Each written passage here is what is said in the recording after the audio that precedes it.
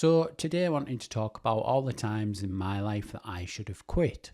I worked in retail from when I left school for about 8 years, got stuck in a dead-end job, never really going anywhere, never moving up. That's when I should have quit a lot sooner.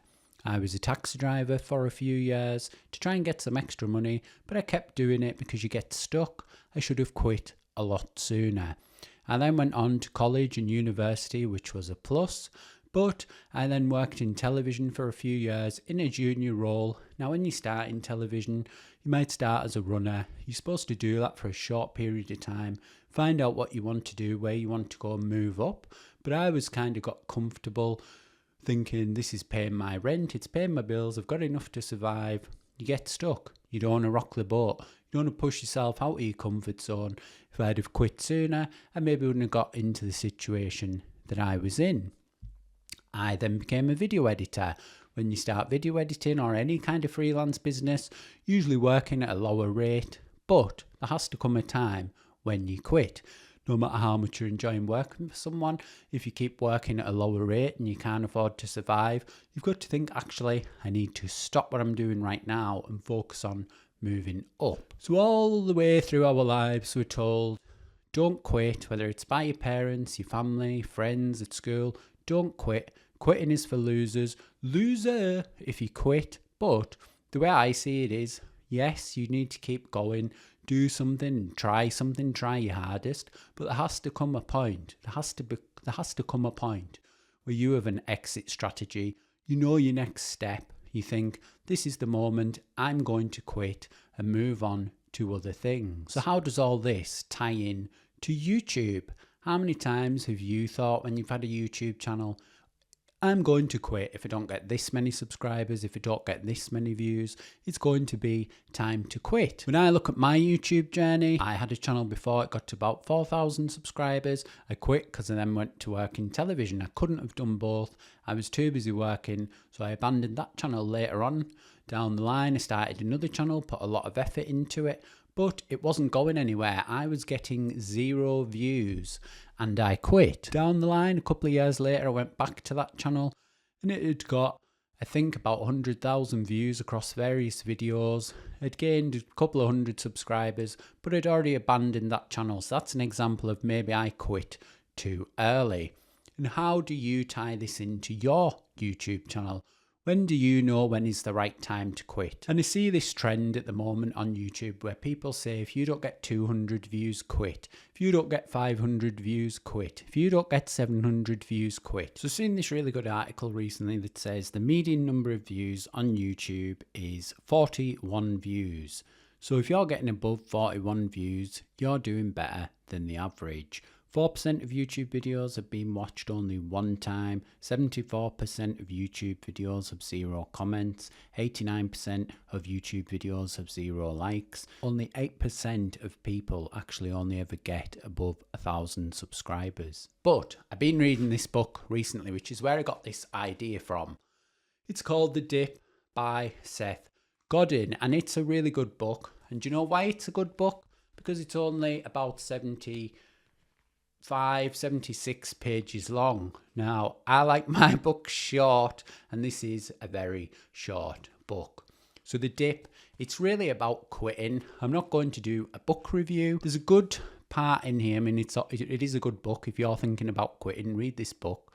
Get it on Amazon quite cheap. He talks about what's the difference between a professional tennis player, someone who goes on to, say, win the Olympics or goes on to win Wimbledon, or the French Open, or whichever tennis tournament you could think of. What makes a difference between a top professional tennis player and then somebody who's a failure, somebody who doesn't win? And usually it's things like time is the biggest asset, and money, and quitting. Two people, let's say tennis players, they start at the same time, and one goes on, they keep pushing through, even though they're losing, you know, it's difficult. They may be financially struggling because all they're doing is putting all their effort into playing tennis. And then the other person has the same journey, but they get to the point where, like, actually I can't afford to keep doing this, maybe I start a family. Then the other person just keeps going and going and going. And all these things that come into it, like skill.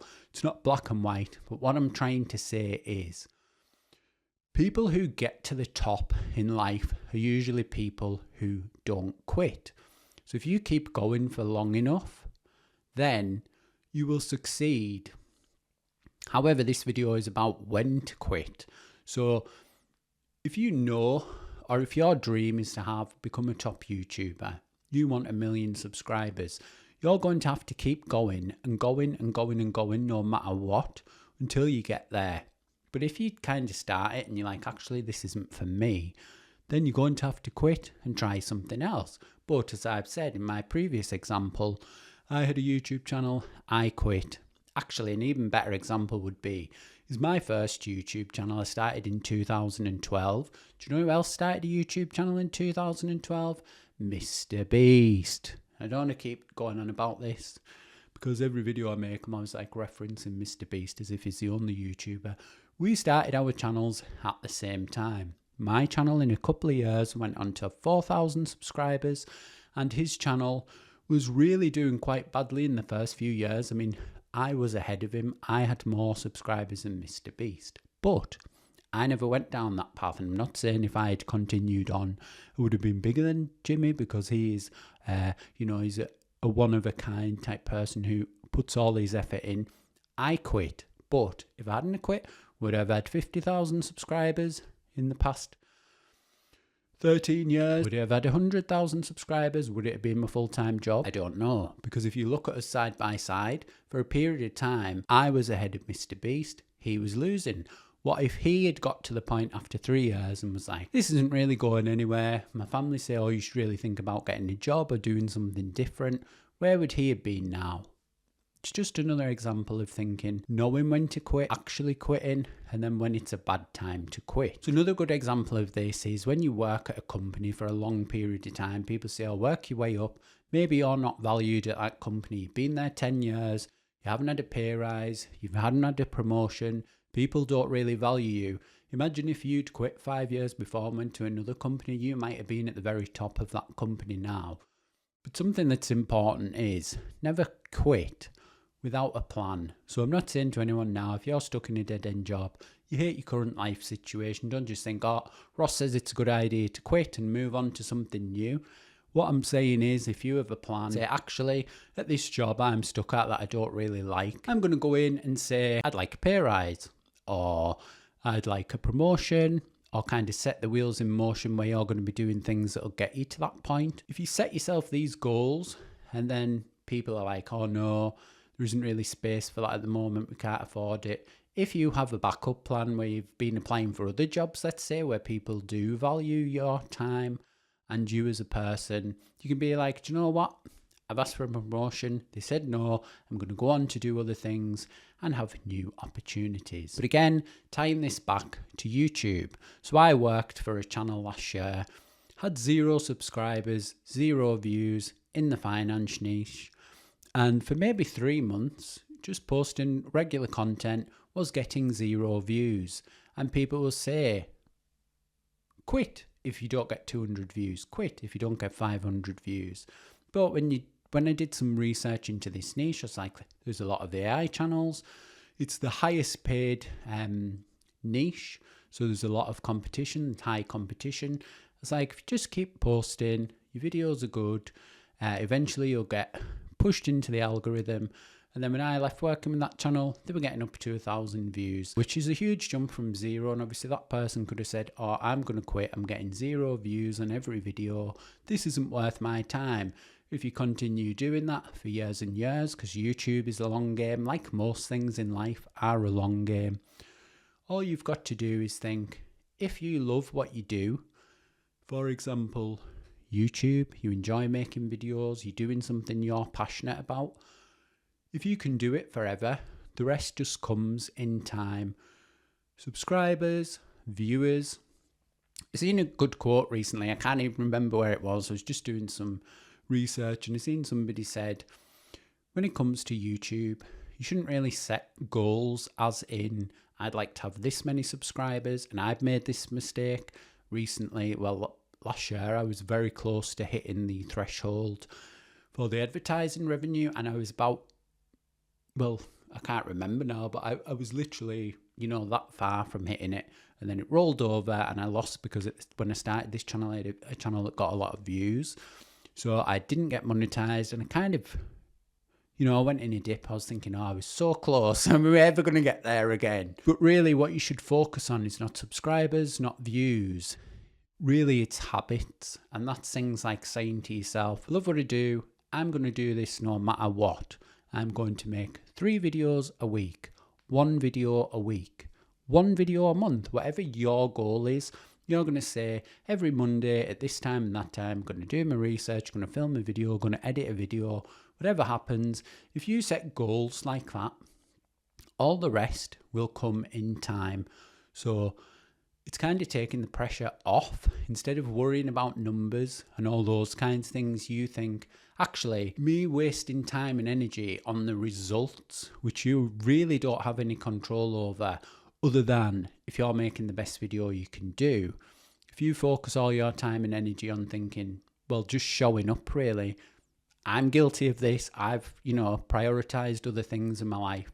But from now on, I am going to try and set my goals as habits and think I want to do this many videos at this time and schedule things out a bit better instead of focusing on numbers and figures. So to summarize, quit when the time is right. There's nothing wrong with quitting if you want to move on in life. Trying something new, getting new goals and achievements, or don't quit without a backup plan, or just keep going, whatever you think. But I just want to say there's no shame in quitting. Like I say, this book explains it much better than I could ever do. Highly recommended. And as I say, I was in a dip recently.